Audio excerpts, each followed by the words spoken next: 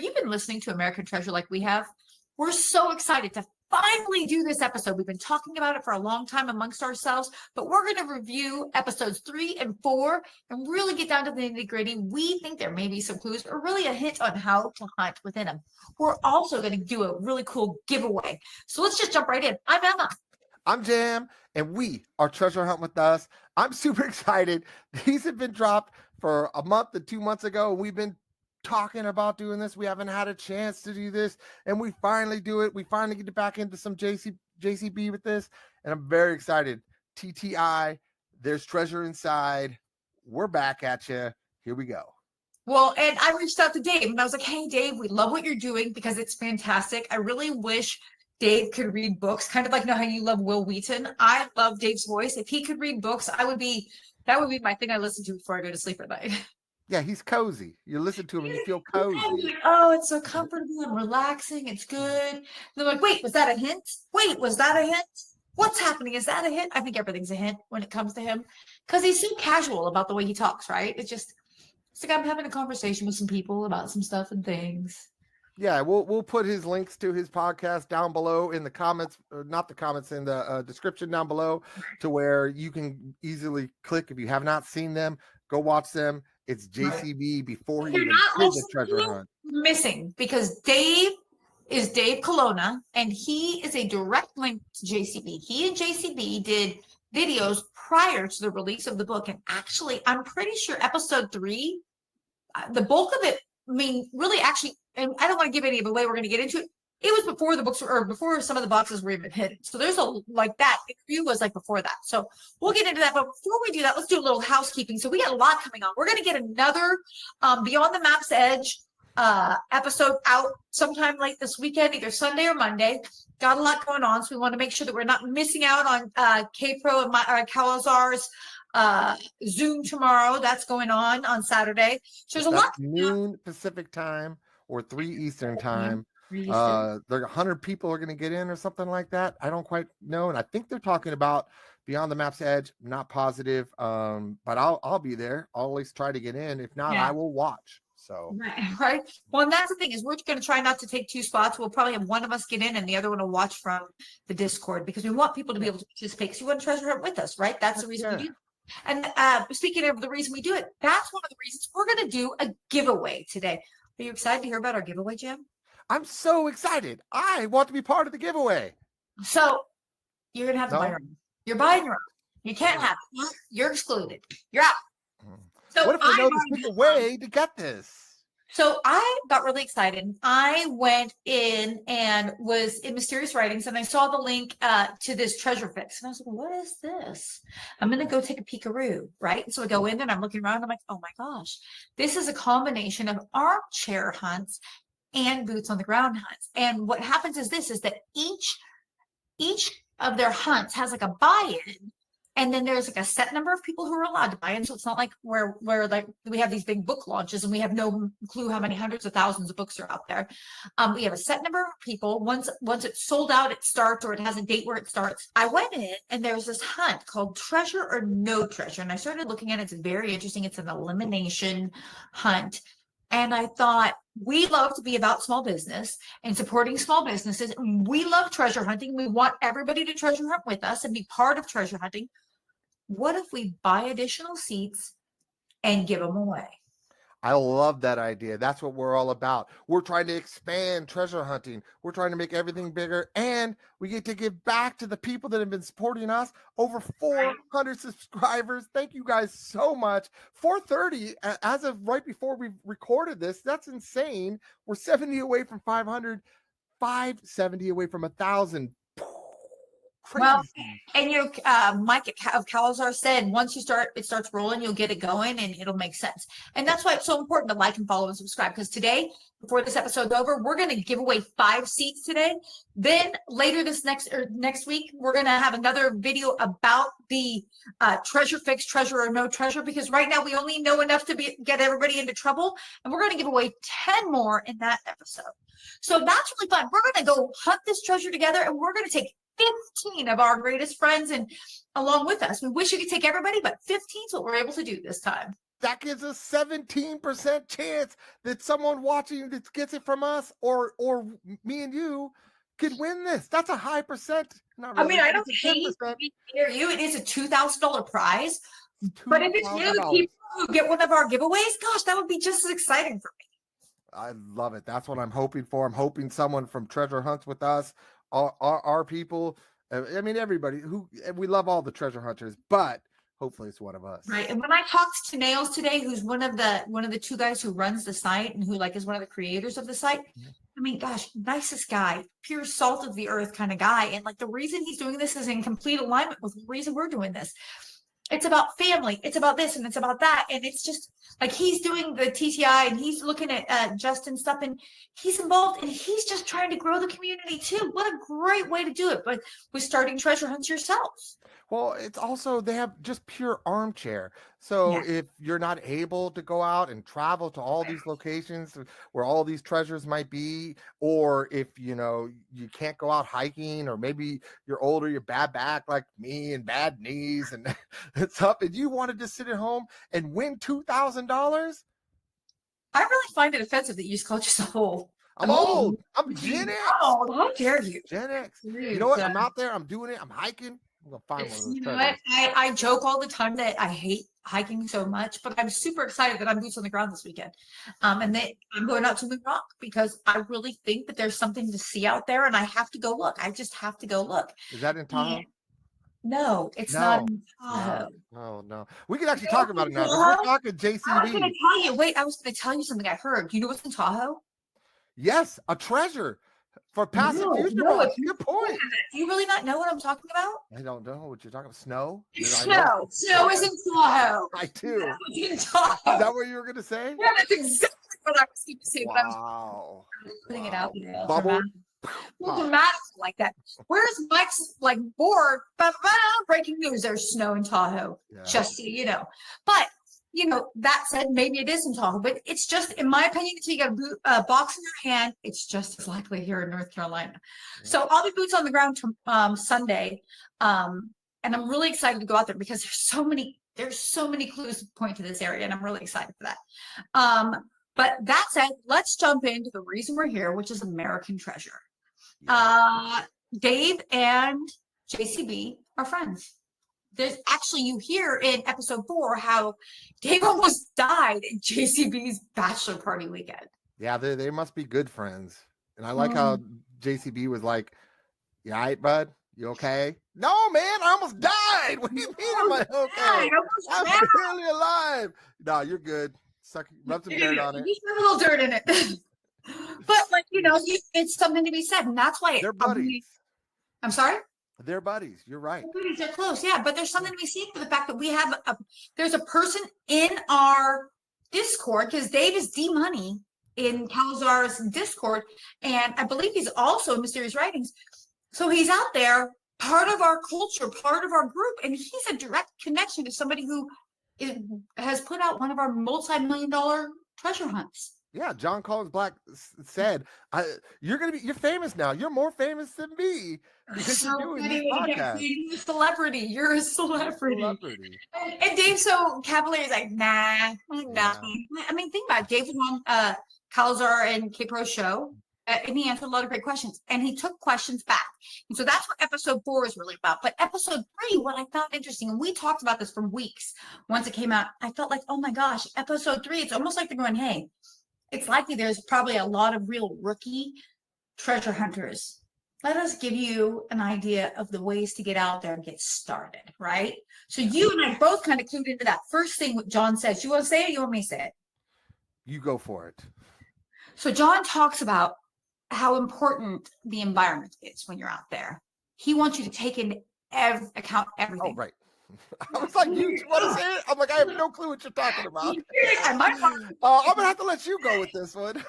Okay, well, now do you want to say it? No, you do this? No, it's all you still. So he says you have to take everything into account. So that means the landscape, the rivers, the trees, the rocks. The rock formations. The rock formations, anything related to your clues.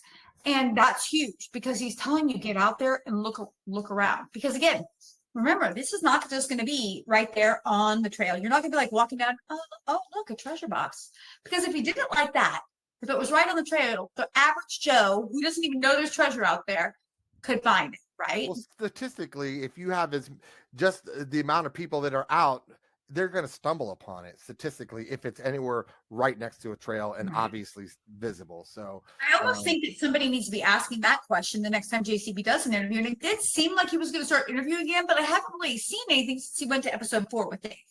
Well, he said too that he wasn't expecting this big a turnout. That's why he had to order more and more books. He wasn't expecting so many people. He wasn't expecting to be a #1 seller on Amazon for the Amazon books. He wasn't expecting that.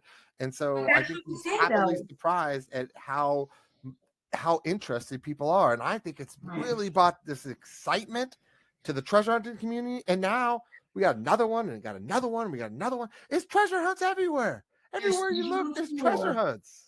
So the one thing it talks about after this, it talks about the need for understanding the person who creates a treasure hunt. And really, Dave calls this an ode to Forrest, because the purpose of episode 3 was really to talk about the Forrest Fenn hunt and how that really was part of Jon's origin story, right? And how that was a catalyst for Jon getting into treasure hunting, and how Jon even talks about how he thought it would be hilarious to find the treasure and then re-hide it or rebury it, kind of thing, right? Yeah.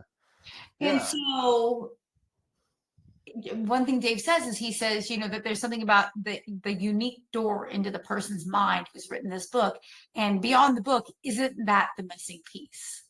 So it's like he's saying it's so important to know the man, right? The man behind it. We don't know the man. Dave knows the man, but we don't know the man. And ironically, I don't feel like the book, I mean, as much as there's stories, right? There's a lot of stories in there, but most of them sound like they're faux stories. They're not really, maybe they're part real life, maybe they're a little real life mixed in with some great writing and some like fictional versions of his realities, but you don't really get to know the person. You know what I mean? So there's that. Yeah, I mean, you talk about it. He found it super hilarious that if he found the treasure, that hiding it again. I'm wondering if Justin came to the same thing when he was doing it, thinking the whole time, I want to take some of this treasure and hide it again. I actually hear about other treasure hunters, them talking that they want to hide some of the treasure back or put it in museums or other things, rather than just getting the treasure, selling it, making some money. For us, I'd want to sell some of it to reinvest into finding more treasure. Because I like finding treasure. Though, it's like, I'm like, I just want to keep it and be like, oh, did you want to see my treasure? Yeah. We've got this treasure over here. You want to come look at our treasure? That's right.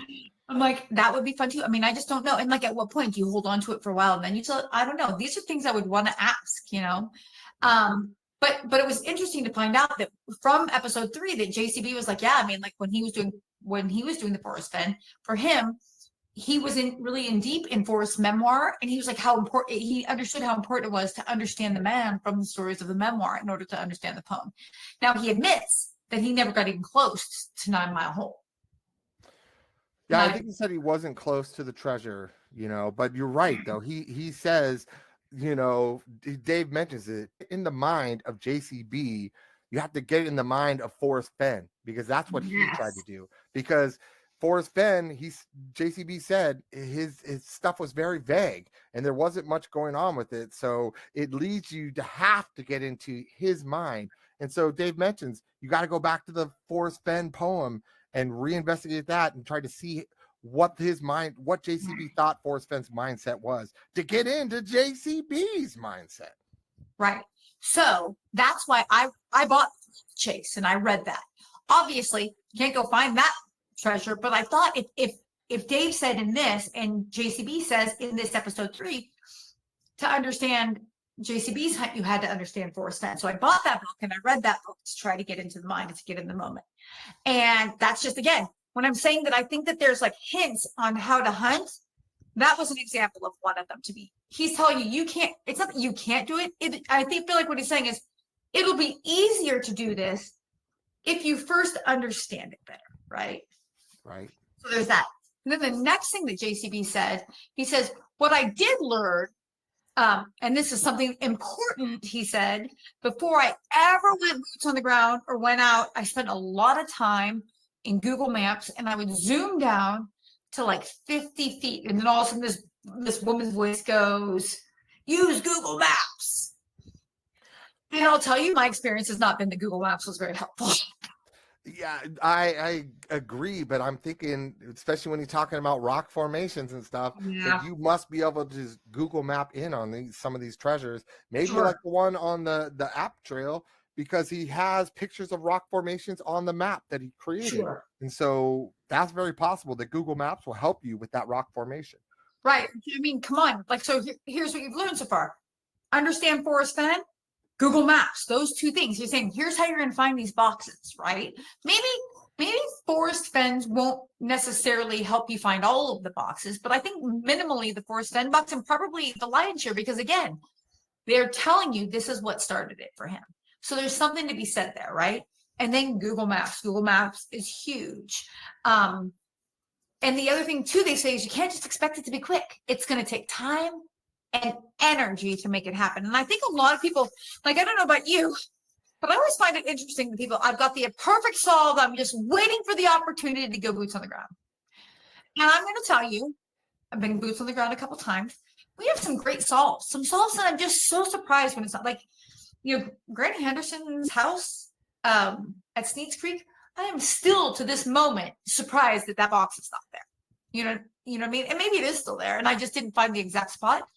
But it seems so easy when everything is pointing, and it's like you get a clue, you get a clue, you get a clue, and this is a clue, and this is a clue, and this is a clue, and the next thing you know, you got an X, and X marks the spot, and then you go boots on the ground, and it's just not the same thing because it takes more energy and it takes a little more investigation.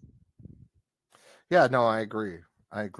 And so, and speaking of investigation, that's kind of the whole point of that whole episode 3 was they talk about the candy factory and they talk to the candy factory winner and how he was able to solve it. Now, he didn't solve any of the state treasures. He didn't get those, but he solved the main one. And that's mainly because he learned how he was given the clues. So basically, just like Forrest, where Forrest says where warm water halts, and he basically goes consecutive clues. Well, the candy factory is the same thing. They would start with location or the city, then they'd start with location, and then they draw you closer to the location. And it basically, that's how they went down on it, much like Forrest Fenn. And now, I mean, obviously, I'm thinking the same thing's got to be going on with JCB, right? So it's not where warm waters halt, it's where cool waters flows. That's your start. It's gonna be consecutive, most likely. I think you're gonna find that his puzzle or his poem lines up with kind of the clue structure. I agree completely. But to your point, when Dave Klein, who owns Jelly Belly, did his golden ticket competition, he did it a little bit different. He was like, we're going to hide these dog tags. There's only going to be 5,000 people for every state. You're going to pay $50. And we're going to sell these. And then we're going to do a big hunt at the end. And that made people think David Klein was just doing it for money, right? At that point, if there's 205 million sales of these things, at $50 a shot, there's $2.5 million made off of these things at 5,000 per state.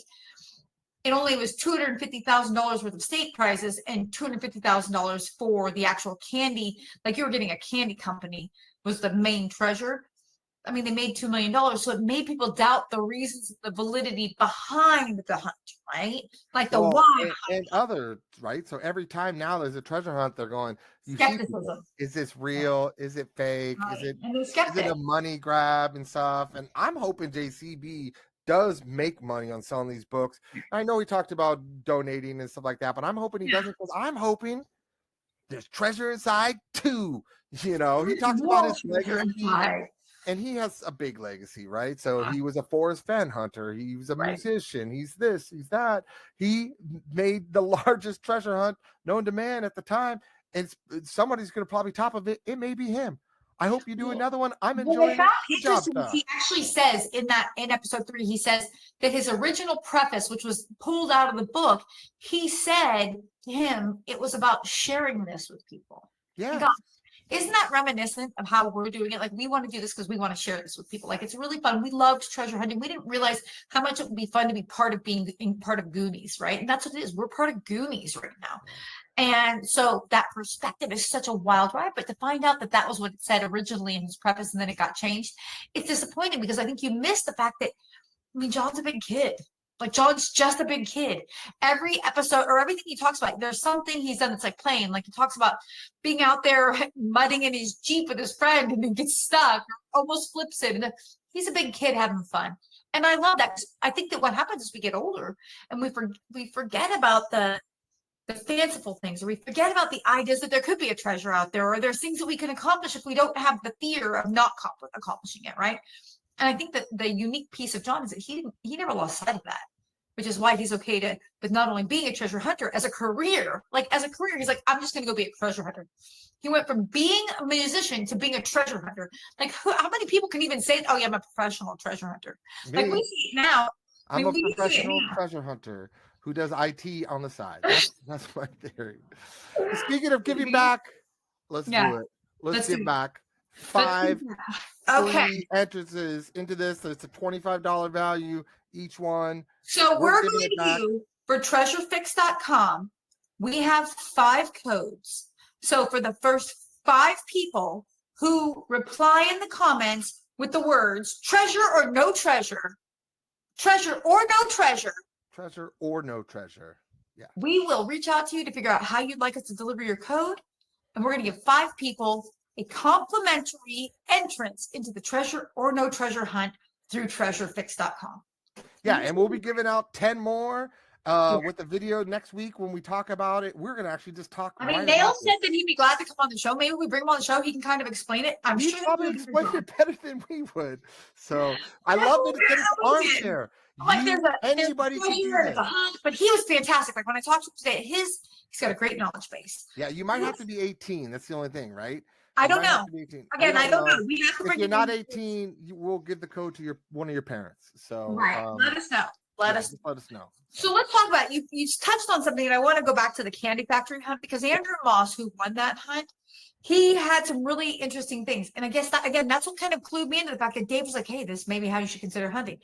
Andrew, he's an avid hunter. I tried to find him. And I found a bunch of stuff about him, but I couldn't find. I mean, I might have found him, but I didn't want to like go on someone's like private page. I couldn't find him like Discord kind of thing. But he's not. He said you can't really think about it as a leisurely expedition. You got to really have grit. There was countless hours of thinking, planning, and having boots on the ground in nature. Right, so that was a big deal. And then he said what he started to find, as he listened to, they had done several states worth of these treasure hunts for the golden dog tags, I guess they were. What he started to find over time was that there was a few things. So sentence 1 was always the city. Sentence 2 would be the location of where it would be once you got there. And then sentence 3 always kind of narrowed it down a little bit more. So when he's sitting there and he's talking to his wife and he's like, and they've spent now months and months and months, it might even been years. I don't know, because I don't know how long that treasure hunt lasted. He's talking to his wife and he's like, well, you know, David Klein is from California. He's of a certain age. It's logical being from Southern California. He, probably had some thoughts about, the Beach Boys. Oh, and they also knew that it was either, I think, in Indiana or Illinois. And the wife was like, well, Indiana, there's no greater treasure hunter than Indiana Jones. Indiana makes more sense to me. So they pull open his map of cities and he's like, listen. And he comes across Kokomo and he's like, Kokomo? Well, he's from Californian. He's of a certain age. It's logical that he loved the Beach Boys. Kokomo makes sense. They pull it open, a map of the city open, and they start really digging in. And he's like, this is all lining up. And it's like almost 1 a.m. He's booking plane tickets and he's getting on a plane to go look for it himself. And the other thing too is they had said, take a sandwich along might help. The number of times JCB mentions sandwiches or picnics and stuff like that, it's kind of crazy in this book. So I don't know if sandwiches or like picnicking is like a treasure hunting thing. Maybe it's the rum of the modern day treasure hunts. But it's in a lot of it. And I think that that's really important to understand, is they're really trying to get you out into nature and go do these picnicky kind of things with your family, right? And so he gets there and he's searching around And he starts then when your boots on the ground, all of a sudden the witches of this hunt are lining up, and this is lining up, and then there's a picture of some metal, and it's all lining up. So what they tell you in that moment, what I learned there is you got to know every clue that you think is a clue of each of the separate books from JCB. Because when you get boots on the ground, things that may not have made sense when you were trying to like nail your spot down, very likely could make complete and total sense. And it'll be the thing that directs you to the exact spot. Because I can't tell if we've made it harder or it's harder than what we're making it. You know what I mean? Like it's gotten I hear you. It's gotten really difficult. Like we're about to go back out next. Well, I'm going out tomorrow, but next week Scott and I leave to go. We're going to do the JCB Statesville to Houston is what we've decided to do. We're not going to leave from Statesville. And we don't back. And back. Yes. The whole round trip. But we're not going to leave from exact Statesville. I live just outside of Charlotte. We don't think that they stopped anywhere between Statesville, even in anything before Alabama. So we're going to leave here. We're going to document it all as we do. And we're going to put together a ton of videos taking this Pokemon trip. We think it's going to be a great time. We have the Starlink now. We're hoping this means we're going to be able to use Pokemon Go when we're on the road, when we're in some of these areas where we couldn't use before, because I think that one of the missing pieces for us is the Pokemon Go. So we'll be on the road doing that as well. But I think that the one thing we learned from this, like you said, is we need to understand the map to understand the clues. And right now, I think that there's just missing pieces. You just have to dig in and know JCB more. So for me, that meant I needed to go back again and start really watching some of those videos. But man, the guy, he's polished. He is polished. I did find some interesting things, though. I found it interesting that he never spoke to Forrest Fenn, and I wonder if that includes emailing him. Like, did he have no contact? Because it seems like so many people messaged with him directly, spoke to him on the phone, met up with them in person quite a bit. And so I thought that was interesting that he had never met them. So, it's definitely an interesting fact. He says that there was inspiration from the Forrest Fenn hunting journey. That's what caused him to want to do that Forrest Fenn box first, which is probably most likely the very first box he hid. So these are all really good clues. The fact that he's basically saying that this Forrest Fenn search, this Forrest Fenn that he did is the inspiration for Forrest Fenn. I mean, I think we kind of all assume that, but he's basically saying it too.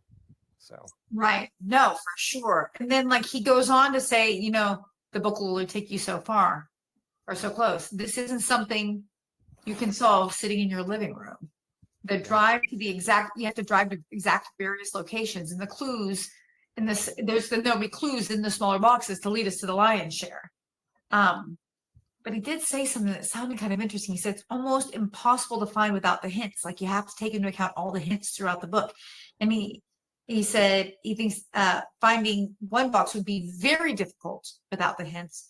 And two, he said it would be very unlikely to find it without those hints. And so like I think we're in for a long ride. I do think that JCB's hunt's going to take a minute. I definitely think so. I think anytime you think that it's going to take at least 2 years for the first box and 7 years for all box minimum, and then, then he's talking about, well, if I don't, maybe I'll write a second book or I'll give out more clues after year 10 to 15. That was one of my concerns. Like I came across and I had two thoughts and one concern from episode 3 and episode 4. I felt like episode 3 was really like, hey guys, you're probably a lot of rookies. Here's how you treasure hunt. And I did take a lot of stuff from it because that was like an older episode. So that was kind of the beginning of our journey. And like you said, this has been a while. We've been talking about doing this, but I got great stuff out of that. And so if you've missed out and you're trying to play catch up, episode 3 is a great catch up for how you kind of get started with actually breaking down how to do your hunt. And I thought that was fantastic. But in episode 4, there was 2 things I found super interesting. One was, Dave asked a question, but then he unintentionally overlapped it with another question. He goes, you said it's not on private property, but did you talk to any lawyers about it? And how secure are the boxes? So like, those are both great questions, but they are separate and you needed to let him answer them. He never went back and answered the question about the lawyers, but he said something really important. He goes, it was so important to him to secure and safely hide the boxes because in many cases, the box were as valuable, if not more valuable than some of the stuff inside them.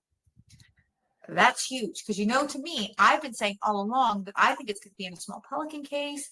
You think maybe a faux rock. I also think a faux rock, but in some cases, some of the areas I've been, if it's in a faux rock, we're going to be there faux real for a long time. Well, it might just be in a faux rock that you can lift up and there's a pelican case underneath it because he does talk about turning rocks over. So maybe there's a faux rock cover that you can just lift up and then boom, pelican case. So right. I'll always have the regret of the one rock we didn't flip.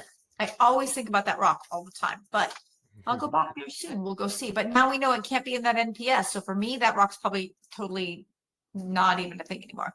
But the concern I have is how easy he goes. Well, I guess if people aren't finding it, I guess I'll just have to write another book. And I'm just saying, no, you can just go out and do some interviews. Yeah, or give us some clues. Yeah, definitely. I'll have some clues. And I do wonder now, as he's sitting there and his hunt's, in full swing, we're on the precipice of the opening of actually the beginning of hunting season because the snow's starting to melt. And he did drive home that he doesn't think that any boxes will be found while there's snow on the ground. Not just, there's snow on the ground, you won't find them. He didn't believe that any boxes. Yeah, he said no. He's pretty sure no boxes will be found during winter season. So it's really just, he hasn't really been paying attention since the first month. He kind of wanted to see how it was going, how people were responding to it. He hasn't paid nearly as much attention, but he says basically he probably will once search season starts. He will revisit that. So really interesting because we switched to the Pokemon box because the Pokemon box probably wasn't covered in snow. But we almost got one of the most important things. He doesn't think any boxes during the winter will be found. We almost forgot one of the most important things. He says in episode 4, they're talking about natural disasters, right? Because at the time, the fires were happening just before that in California. And Dave, of course, because he's such a great guy and he's so kind, he's like, I hope you're doing okay, buddy. And he's like, oh, we're good. We had to move. Dave didn't even have the book. That's not his fault. That's not his fault. He apparently somebody was supposed to send it to him. JCB didn't even know. So I suspect he's got it now. Interesting though that Dave's like, yeah, if I feel like a treasure might be close to me, I'll go out. But it doesn't sound like he's going to go looking for all of them, which I really want to know. I think Dave to comment and tell us, are you going to go hunting for these treasures, Dave? Will you come hunt with us? Well, a lot of people probably thought he had this unfair advantage because he knew about it ahead of time, but he didn't even have a book like most people until way later. So I'm sure he probably has a book now, but he didn't have a book in March. So really interesting. We have an episode. It's called Are You Behind? I mean, jump in and watch it. Watch our videos. You get caught up. You get caught so fast. But I'm going to tell you something. What we realized when we were talking about the natural disasters, he talks about how there was the fires in California and how there was Hurricane Helene where his sister lives up in Nashville. But I started to really kind of think about that. He said that he wouldn't really go move a box because he was concerned that basically it would give away the location too much. If it was a box, it had to be moved because it was no longer safe, then that would be a different story. But that if it just would prolong, it just would maybe push things out on being found a little bit longer, then he would just leave it. Yeah, he said he's aware of natural disaster and Mother Nature, and that there's always a possibility Mother Nature will affect his boxes. That is just part of the experience. But the way he says it, to me, says he didn't think it affected it. Right. However, his book was originally supposed to launch on the 21st of October. But on the 30th of September, he pushed that launch out. 9 days after the hurricane. 9 days after he pushed that box out, or that book release out to the 12th of November. I think he had to make sure a box was still there. Yeah, make sure that it didn't get damaged. That's very possible. That is very possible. He does say that he didn't think Mother Nature. Well, maybe he thinks that because he went out and looked, which is why he delayed his book. He already handled it. That's why there was a delay. He had to make sure it was going to be okay. Yeah. He did say that if he thought a book was destroyed or was in a major area like the fires, obviously it was not it's not in LA, he was not worried about it. But he's saying if he did think it was destroyed, then one day he would go look to make sure it's okay. Right.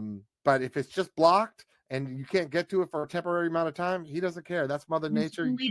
He's not going to go look on it. He's fine with that. Really interested. And I don't think he would, listen, again, very polished, very practiced. I don't think that's a question he'd answer. And he's really good at saying, I'm just not going to answer that. And I have mad respect for that.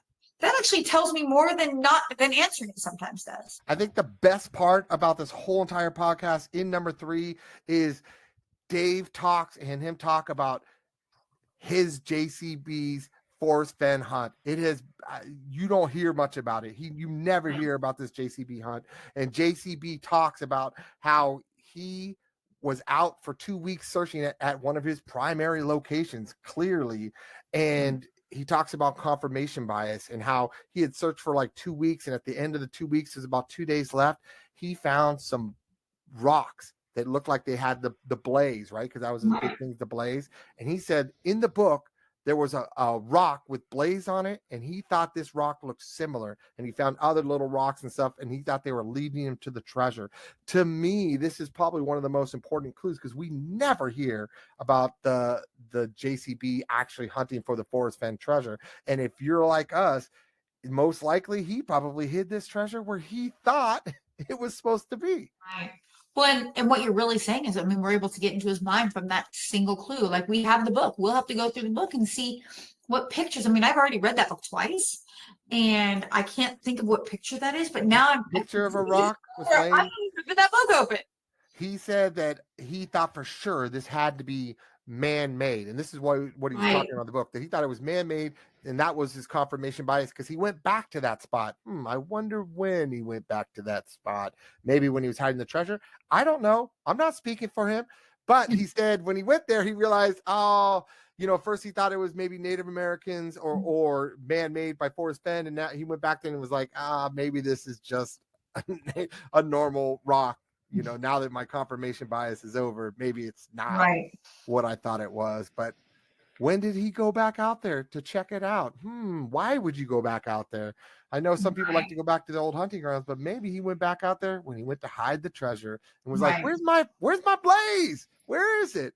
So, hey, thrill of the chase. There might be a photo in there with a rock that looks similar to where JCB hid the treasure. That's where I took of it. I'm excited to go look for it and see if I can find anything more. There's so many possibilities, but I think that as we wrap this episode up, the thing to note is that you have to keep watching the right interviews. This is going to be, it's a marathon. It's not a sprint.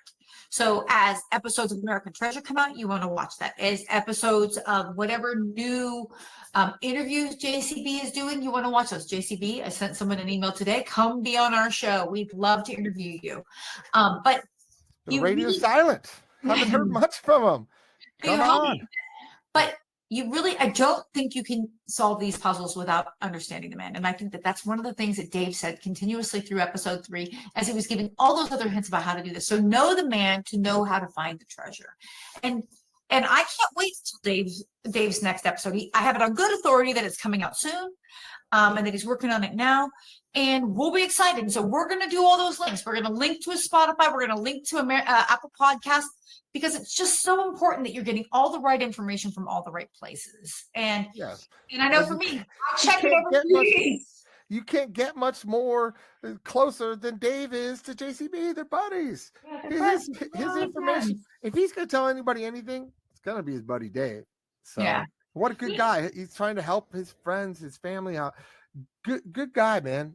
Really digging these treasure hunters out there. Justin, JCB, and stuff. The people in this community are just really good people. So love it. So as we wrap this up, remember, we're going to give the first 5 people who comment treasure or no treasure a free admission to the treasurefix.com treasure hunt for treasure or no treasure. So go ahead and jump in there and comment as soon as you hear it. Hopefully you've already done it. But we're gonna. And I'll link their website down below in the description. Down the road, so you can go look at it yourself and see. They have more treasure hunts, so they have a whole bunch. They have several hunts, and for those of you, and Nails put it out there too today that if you're already in this hunt, he's gonna. What we did is we bought 15 entrances at $25 a pop. If you're already in that hunt, he's gonna let you use it as like store credit for another hunt if you'd like to use it. So there's that too, and then. I'll get back in touch with Nails, and we'll get him on the show so that he can tell us about how this actually works, because we did a really bad job of explaining it. But we're very excited to be part of all these hunts with all these great people, and that includes you. So keep watching, like, subscribe, comment. We're so excited to do with you. Thanks so much for watching. Have a fantastic night. We'll be back this weekend with some Beyond the Map's Edge, breaking down pages 1 through 70. Have a great Very day, exciting. guys. Bye, Thanks, guys. Treasure hunt with us, we gon' light it up. There's treasure inside, yeah, we rising up. If you're gonna treasure hunt, why not treasure hunt with us? We the ones, we the truth, yeah, we